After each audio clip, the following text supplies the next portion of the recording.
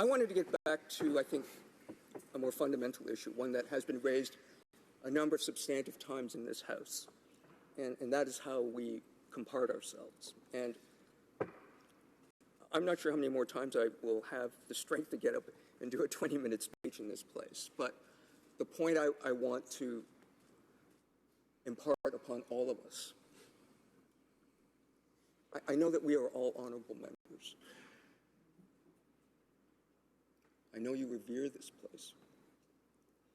I would beg us to not only act as honorable members, but to treat this institution honorably.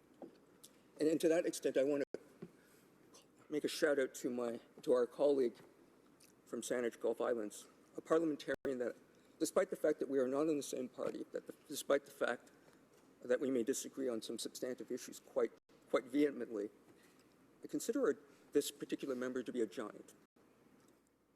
Not simply because that she exhorts us to follow Standing Order 18, but more importantly, I've observed in her practice, Mr. Speaker, that she reveres this place. She is dedicated to her constituents. She practices, both here and in committee, the highest standard of practice that any parliamentarian could ask for, despite strongly disagreeing perhaps with the position of the government of the day. She does so in a respectful tone. And I would ask all of us to elevate our debate, to elevate our practice to that standard. We must.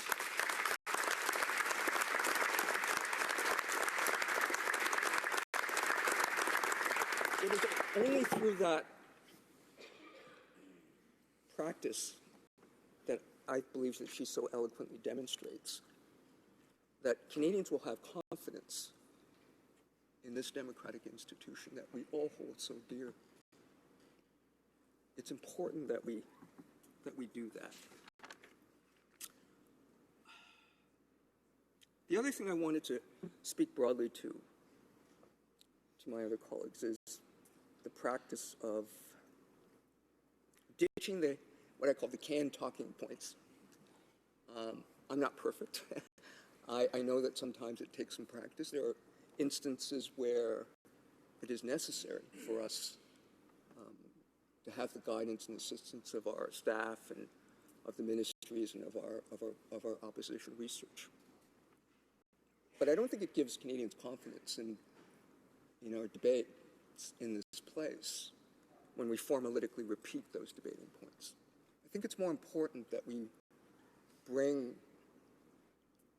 our experience, that we bring the experience of our constituents here and impose it on this question of the day, and to ask ourselves, how do we get better legislation? How do we make better laws? We can disagree strongly. In fact, we should. That is what democracy is about. But don't talk to just formalistic talking points. It doesn't elevate this place.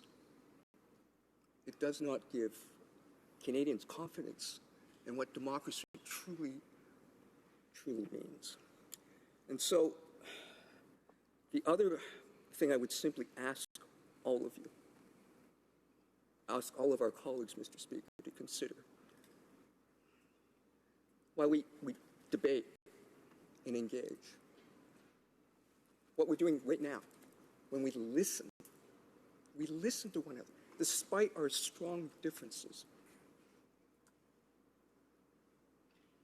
That's when democracy really happens. That's the challenge that's going on around the world right now. No one's listening. Everyone's just talking at one another.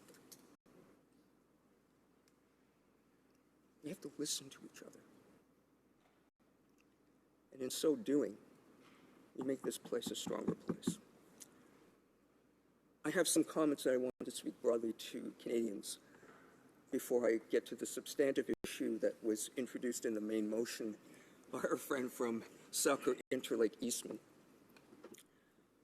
I know that sometimes we may find, and we're about to enter question period, and I have to be honest, I'm one that's beginning to find it challenging to watch. Maybe it's because I'm on the government side. I certainly participated with some glee at times on the opposition side, but I recognize that and maybe my perspective has changed now that I have had a change of position in this place in the House, although I don't face the daily barrage, unlike members of the government. But I believe strongly that despite what we see in this place, what gives us strength is the fact that we can actually do it, that we can actually engage in this process without fundamental rancor, without fundamental disagreement, without violence. That's the difference. And that's why I so love this place. It's because we can do that. And I would ask Canadians to give heart to their democracy, that they treasure it, revere it.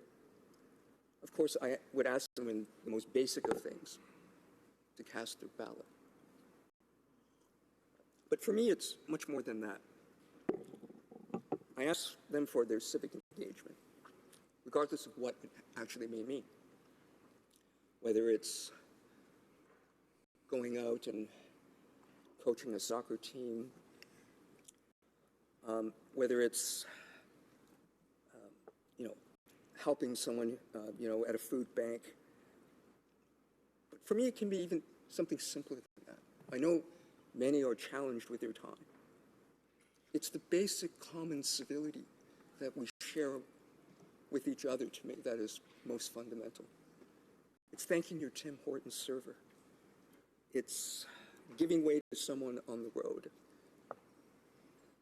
It's saying thank you. It's the small things that we collectively do, from my perspective, that make a great society. And fundamentally, to me, that is ultimately what it means to be a Canadian. We are so privileged to live in this country because we have these small acts of common decency and civility that make us what we are. And I would ask you to carry on that tradition, because ultimately that is the foundation of what makes Canada great.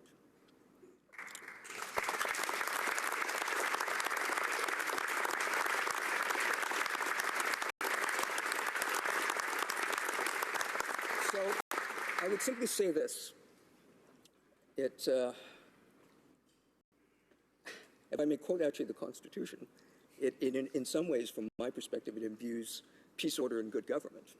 Sorry, I would go to my friend from Lanark, Kingston Frontenac, who would appreciate that particular point, that it is, in fact, those small little things that we have to do. And so we have much to be proud of. And I would simply ask us to celebrate this incredible institution. And in so doing, by doing those small acts, we will continue to uphold our Canadian democracy and the very values that bind us together.